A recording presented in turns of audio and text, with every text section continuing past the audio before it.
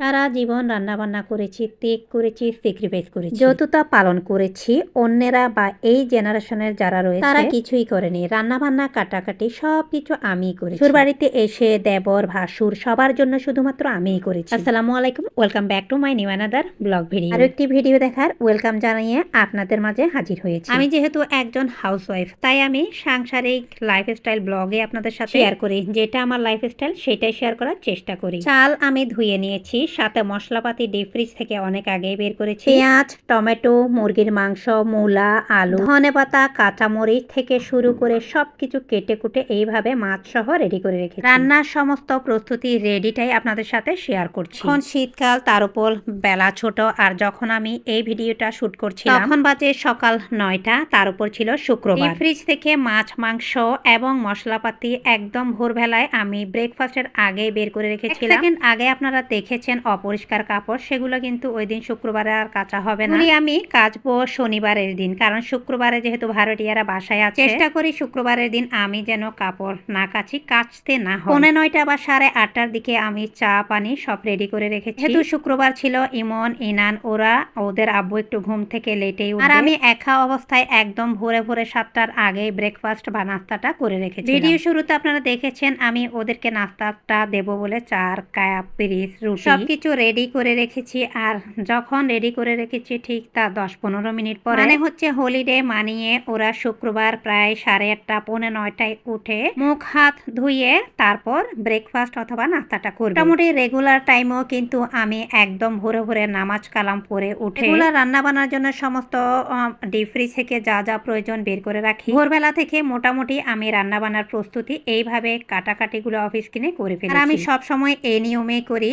যখন আমি সকালে নাস্তা, রুটি, পরোটা বানাই, তৈরির পাশাপাশি আমি দুপুরের রান্নার সকল কিছু প্রস্তুতি, মানে হচ্ছে যা যা রান্না করব, পেঁয়াজ, কাঁচামরিচ, ধনিয়া পাতা, এমনকি তরকারি সবকিছু হাতের কাছে রেডি করে রাখি। আমার স্বামী, আমার ছেলেরা ঘুম থেকে ওঠার আগে কিন্তু আমার অর্ধেক কাটাকাটি একদম ফ্রেশ ভাবে হয়ে যায়। শুধুমাত্র ওরা 3জন বের হলে আমি রান্না বান্না শুরু করি। আপনার, আমার পরিবার, আমার সন্তান, আমার স্বামী, আমার সংসার। একক পরিবার হলে এরকম হয়। যদি হয় যৌথ পরিবার তাহলে থাকে ননদ, ননাস, শ্বশুর, শাশুড়ি, দেবর, ভাসুর। যদি তাদের সকলের দায়িত্ব আমার উপরে থাকে তাহলে আমার ননদিনী, আমার জায়েরা আমাকে কি রান্না বান্নায় কাটাকাটিতে সাহায্য করে। আমি রান্না বান্না করি, সংসারের জন্য শ্রম দিই, শুধু সেটা আমার জন্য দেই এমন না। রান্না থেকে শুরু করে সমস্ত কাজে শ্রম দিই, এতে আমার স্বামী, আমার ছেলে মেয়েরা, এমনকি আমি নিজেও কিন্তু আমি যদি সংসারে একটু বেশি কাজ করি, হয়তো বা অন্যান্য ফ্যামিলি মেম্বাররা একটু কম করে থাকে। যৌথ পরিবারের সিস্টেম কিন্তু এমনই। আর যার যার পার্সোনাল কাজকর্ম, যেমন গোসল করা, কাপড় কাচা, সেই কাপড় বাহিরে শুকাতে দেওয়া, সেই কাপড়গুলো ঘরে নিয়ে এসে ভাঁজ। আমার স্বামী সন্তানদের বা আমার নিজের এই পার্সোনাল কাজগুলি কিন্তু আমার ননদ, ননাস অথবা শ্বশুর শাশুড়ি কিন্তু করে দেয়। এগুলা কিন্তু আমার নিজেরই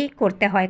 আসলে এই কথাটা এই জন্যই বলা, কিছু কিছু বউয়েরা আছে সংসারে এসে বলে যে সারা জীবন না করতে করতে দিন গেছে, সবাইকে রান্না করে খাইয়েছে। সবাইকে রান্না করে আপনি তো এমনি এমনি, আমি তো এমনি এমনি খাওয়াইনি। সেখানে হাঁড়ি পাতিলগুলি কিন্তু আমার ননদ, ননাস অথবা আমার ছেলেদের শ্বশুর শাশুড়ি, ননদ, ননাস যারা ফ্যামিলি মেম্বার ছিল, ছোট বলে কাঁধে নিয়ে আমাকে হেল্প করেছে। কিছু কিছু বউয়েরা আছে যারা কিন্তু মনে করে আমি শ্বশুর বাড়িতে শুধুমাত্র সবার জন্য স্যাক্রিফাইস করেছি। তারপরের জেনারেশনেরা চোখে না দেখলেও কিন্তু বুঝতে পারে একটা পরিবার যখন 8-10 জন সদস্য থাকে, আর যখন গৃহিণীর বা হাউস ওয়াইফের কোলে বেবি থাকে, তখন এক হাতে সংসারের সমস্ত কাজ করা কোনোভাবেই পসিবল না। আর এই ধরনের স্যাক্রিফাইসের কথা শুনতে শুনতে হয়তো বা জেনারেশনের পর জেনারেশন বৃদ্ধ হয়ে যাবে, কিন্তু স্যাক্রিফাইসটা সেই জেনারেশন কখনোই দেখবে না। কারণ হচ্ছে এটাই, যতটুকু আমি করি বা সে করে তাদের জন্য, ঠিক ততটুকু তারাও কিন্তু আমার জন্য করে। যারা মনে করেন রান্না বান্নাটা